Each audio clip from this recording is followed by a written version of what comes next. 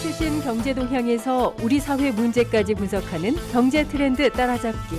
한반도 국제 정세와 사회적 현안, 그리고 우리 이웃들의 소소한 이야기를 허심탄회하게 들어보는 단박 인터뷰까지. 함께하는 세상, 오늘은 좀 더 다른 시선으로 세상을 바라봅니다.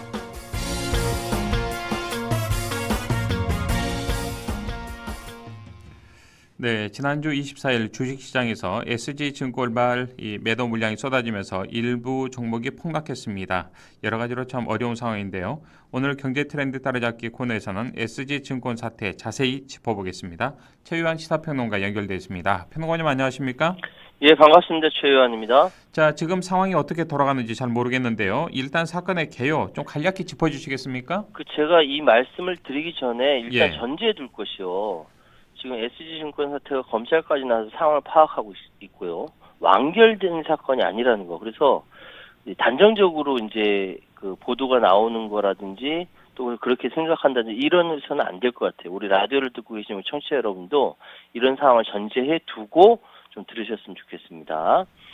지난 4월 24일 월요일 날 외국계 증권사 SG증권을 통해서 대량 매도 물량이 집중돼서 최근 주가가 급락한 8개 종목에 대한 주가 조작 의혹이 제기됐습니다. 예. 금융당국 검찰이 본격적인 조사에 착수한 상태고요. 급락이 발생한 원인은 불분명하지만 해당 종목들이 주가 조작에 관여됐다 의혹이 제기됐고 이로 인해 주가를 끌어올리던 세력들이 금융당국의 조사에 급하게 매물을 팔아치우는 등 급사고락의 원인으로 여겨지는 여러 가지 요인들이 드러났습니다. 이번 하한가 사태로 인한 투자 피해자들은 이미 수백 명이 넘는 걸로 알려지고 있죠. 자, 평론가님 또 이 작은 투자자들, 그러니까 개미라고 표현하는데 이 개미들만 피해를 보는 거 아니냐 이런 목소리도 나오는데요.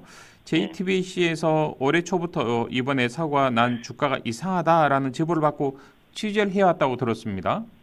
그렇습니다. 대성홀딩스와 도시가스 업체 삼천리가 주가가 이상하다 이런 제보를 받아서 올 초부터 취재를 시작했고 취재 결과 최소한 8개 회사의 주가 조작 연루 정황을 파악을 했습니다. 희한한 것은 이미 그러니까 올 초부터 이 얘기가 제보가 언론사에 들어갈 정도인데 금융당국이 몰랐다는 게 참 이해가 안 되고 사실은 작년 말부터 이 온라인 커뮤니티에서는 이런 얘기 있었거든요. 이거 파악해야 되는데 이게 몰랐다는 거죠. 이 대성홀딩스, 삼천리 외에 선광, 서울가스, 세방, 다올투자증권, 할인지주, 다우데이터 바로 그 회사들인데 JTBC는 이제 주가 조작 일당에 텔레그램 대화를 캡처했어요. 신규 투자 모집이나 이 조작 일당들이 투자자들의 돈을 대리해서 투자해서 시세를 조작했다. 또 수개월마다 수익을 정산해서 일당과 투자자들이 수익을 절반씩 나눠 챙긴 정황도 파악했고 특히 수익 정산 문자나 금감원에서 전화가 왔을 때 대처 방안 이렇게 대처를 하시라 이런 것까지 알려주는 아주 치밀하게 움직인 정황이 나왔습니다. 그러니까 이 주가 조작 일당들은 투자자들에게 받은 수수료를 골프 회원권을 사서 빼돌린 것으로도 나타났습니다. 사태가 정말 커지고 있는 상황인데, 자 게다가 특히 키움증권의 오너인 김익래 다우키움그룹 회장이 폭락 직전에 보유 주식을 상당히 많이 처분을 하면서 주가 조작에 연루된 것 아니냐 이런 논란이 지금 휩싸여 있지 않습니까? 다우데이터 140만 주 처분하면서 605억 원을 확보했다고 합니다. 폭락 전에요. 우연의 일치라고 얘기하는데 키움증권에서는 그렇게 얘기해요. 이거를 이야기하는 그러니까 주가 조작 의혹받고 있는 이 라모 대표가 방송 인터뷰를 통해서 키움증권발 반대 매매가 나오기 전에 매수자 지정 매매가 있었고 한 600억 정도 물량을 다우데이터 회장이 팔았다 이렇게 얘기를 했어요. 그러니까 키움증권 쪽에서는 이 라 대표와 전혀 일면식도 없다. 왜 그런 말을 했는지 모르겠는데 그냥 엮은 거다 이렇게 항변을 했다라는 것이죠. 이 김익래 회장은 자녀들의 증여세 납부를 위해서 내려고 이제 팔았다라고 얘기하는데 이게 우연의 일치로 맞아 들어갔다라고 얘기를 하고 있는 겁니다. 이걸 믿을런지는 잘 모르겠습니다. 자, 이 주가 조작 일당들이 3년 동안 주가를 끌어올려서 조작을 했다는 것인데 어떻게 좀 3년 동안 전혀 좀 이 같은 사실이 적발되지 않았을까도 의아스럽습니다. 예, 이게 이 회사들의 공통점이 있는데 일단 회사들의 유통 물량이 적어서 일당들이 사전 모의를 통해서 주식을 사고 파는 이른바 통정 거래가 쉬운 회사들이었습니다. 누가 사고 누가 팔고 이게 전화 바로 하면 바로 이렇게 이게 가능했던 회사들이었어요. 네. 그래서 일당들은 들키지 않기 위해서 아주 조금씩 주가를 끌어올렸다는 겁니다. 3년 동안 꾸준히. 급등락이 아니라 하루에 0.5%, 1%씩 아주 작은 규모로 주가를 끌어올리다 보니까 알기 힘들었다라고 금융당국이 얘기를 하고 있어요. 그럴 수 있겠군요. 보통 이 주가 조작이라는 것은 단기간에 급등을 치고 빠지는 거잖아요. 그러니까 몇 년에 걸쳐 끌어올렸기 때문에 일반 개미 투자자들은 아, 주가가 기업 가치를 찾아가는구나 이렇게 착각할 수 있다는 거죠. 그렇죠. 자, 어찌됐든 3년 동안 꾸준히 주가 조작을 한다는 것이 말처럼 쉬운 일은 좀 아닐 것 같은데 구체적으로 이게 어떻게 조작을 했다는 건가요? 아직 정부 차원에서 공식 발표는 없는데 추정일 수밖에 없습니다. 그래서 말씀드린 거예요. 추정입니다. 일단 지난해 중순부터 도시가스 업체인 삼천에서 서울가스가 꾸준히 상승세를 보였어요. 우상향으로. 그래서 초반엔 애널리스트들이 러시아 우크라이나 전쟁이 가스업계에는 호재로 작용한다. 그래서 주가가 상승한다. 이렇게 해석을 했다라는 거죠. 그러다가 지난 4월 24일 날 갑자기 하한가 찍으면서 떨어지니까 주가 조작설이 나온 겁니다. 자, 조작의 과정은 다단계 투자 방식이에요. 요약하자면 두 개의 그룹으로 나눕니다. 주가를 실제로 조작한 그룹, 그리고 돈을 제공한 그룹. 그래서 돈을 제공한 그룹에 새로운 사람을 데려오면 주식으로 얻는 수익 외에도 추가적인 수익을 공유해주는 다단계 방식이라는 거죠. 첫 번째, 3년 전에 이 세력들이 이 회사들의 주식을 대량 매입합니다. 그것도 검머리 외국인으로 위장해서 매입을 합니다. 단기간으로 급등한 금감원 조사 나오니까 급하게 올리지 않았고요. 그리고 두 번째로 주가를 올리기 위해 투자자를 모집합니다. 이 투자자들은 자신들의 신분증, 또 투자금이 들어간 거래소 어플에 깔린 휴대폰, 또 이제 신분증에 직장과 집 주소 등이 적혀 있어요. 그러니까 조작 세력에 이걸 건네주고 위탁을 합니다. 이걸 이용해서 주가 조작에 사용자 주식을 매수한 거예요. 그렇군요. 자, 주가를 조작하기 위해서 투자자까지 모집한다는 건 새로운 수법, 좀 조작 수법이지 않나 싶어요. 어떻습니까? 결과적으로 이 사건에서 투자자들은 피해자가 아니라 공범으로 간주될 수가 있다는 거예요. 그래서 지금 보도 나오는 것이 통정 거래를 인지했다면 공동정범으로 처벌한다는 얘기가 나왔거든요. 그럴 수 있겠군요. 모의를 한 거니까요.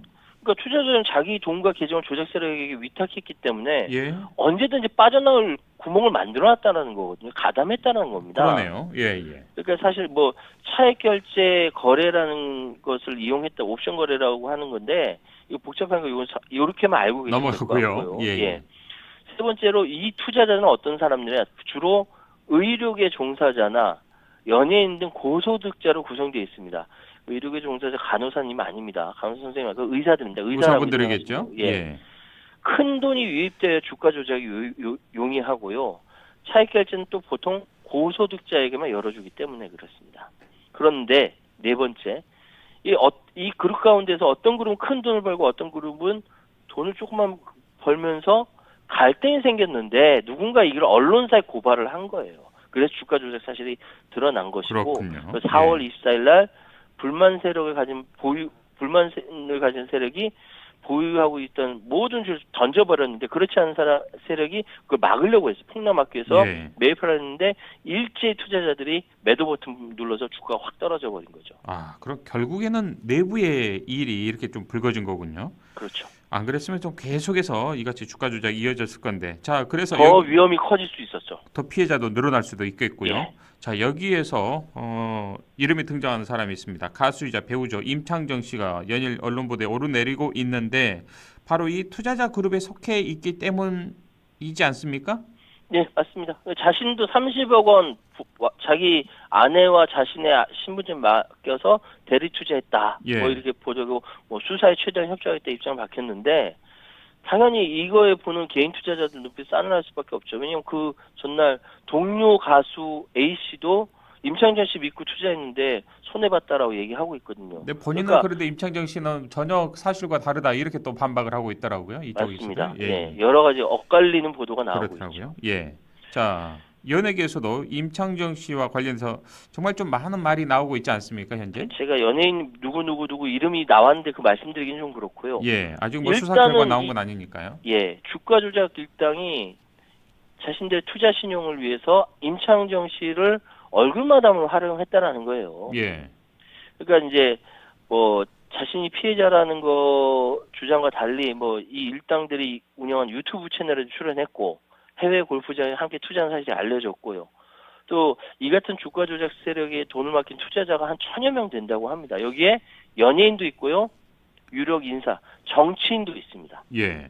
그러니까 무더기 하한가 맞은 종목 대부분이 신용융자, 주식 투자를 위해서 대출을 받았다는 거죠. 이 비율이 시장 평균보다 높다라는 겁니다. 네. 그래서 임창정 씨가 30억 원 뭐 투자 원금으로 60억 원 빚을 졌다 이렇게 얘기하고 있죠. 그렇군요. 뭐 우리가 연예인들 뭐 수십억 뭐 몇백억씩을 다루는 사람들 걱정할 일은 아니겠습니다만 뭐 우리보다 더 형편 나을 거니까요. 예. 참 그렇습니다. 그럼에도 불구하고 운용자금 1조 원 돌파 기념으로 지난해 이른바 조조 파티에 임창정 씨의 얼굴이 비쳤다 이런 언론 보도도 나오고 있지 않습니까? 그러니까 1조 원 돌파했다고 조조 파티를 했다. 그러니까요. 여기에 분명히 참석했는데 자신은 예. 단순히 그냥 그 뭐 이렇게 그때 명의도 개설되지 않았고 초대 손님으로 초청받았다라고 얘기하지만 이전에 이거는 12월 2일에 있었던데 12월 20일 날 또 모임이 있었을 때 자기가 다 이 라 대표한테 재산 다 던졌다 이렇게 발언을 또 한 것이 또 따로 나왔어요. 예. 그러니까 말이 앞뒤가 안 맞는 거죠. 자, 지금 SG증권 사태 충격이 국내 증시도 영향을 주고 있는데 지금 증시 상황이 어떻습니까? 신용거래 융자 잔고라는 게 있습니다. 이게 투자자들이 주식을 매수할 때 증권사로부터 빌린 돈 중에 아직 갚지 않은 잔액을 뜻합니다.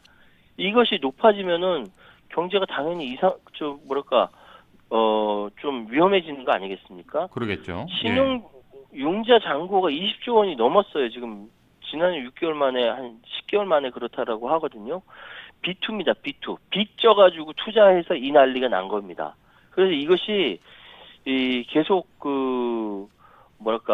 B2 종목이 다른 종목보다 매우 높다는 것이 문제인데요. 계속 문제가 커질 것 같아요. 지금 상황이. 자, 그래서 일단은 금융위원회에도 좀 화살이 가고 있는데 늦장 대응한 것 아니냐 이런 비판의 목소리가 지금 나오고 있지 않습니까? 이해가 되지 않는 것이 그러니까 4월 달 들어서야 일부 종목의 작전 세력이 개입했던 상황을 금융위가 인지했다라는 겁니다. 근데 이거 조사 착수에도 시간이 걸리니까 이를 틈탄 세력들이 대규모로 주식 처분했을 가능성도 제기가 돼요. 그러니까 이미 작년부터 작전설 의심의 목소리가 나왔는데 금융위 인지 시점이 너무 늦었고 보통 중대한 사안은 금융위하고 금융감독원이 공동조사를 벌인 뒤에 빨리 신속 수사 전환으로 검찰을 넘기는데 금융위가 제보 자료를 쥐고 있다가 사태가 터지고 나서야 금감원에 공유했다라는 겁니다. 이해가 안 돼요. 좀 더 신속하게 대응했다면 끝물에 들어갔던 개인 투자자들 피해는 줄일 수 있을 거 아니냐 이런 지적이 나오는 것이죠. 아무리 금융위랑 금감원이랑 뭐로 사이가 좋지 않은 건 알고 있지만 국민들 위해서 할 일은 해야죠. 예, 알겠습니다. 지금까지 최유한 시사평론가와 함께했습니다. 고맙습니다. 예, 감사합니다.